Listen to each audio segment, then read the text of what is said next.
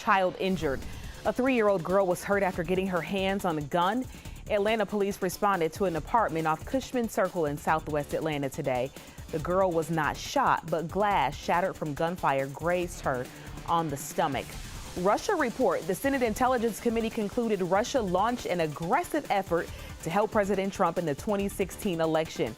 The Republican-led panel found the Trump campaign did interact with Russian intelligence and it posed a grave counterintelligence threat. However, the report did not reach a conclusion on whether the Trump campaign illegally conspired to sway the election.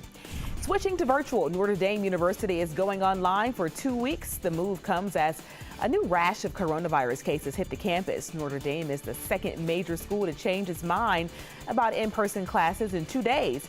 UNC at Chapel Hill also reversed course, moving back to virtual classes.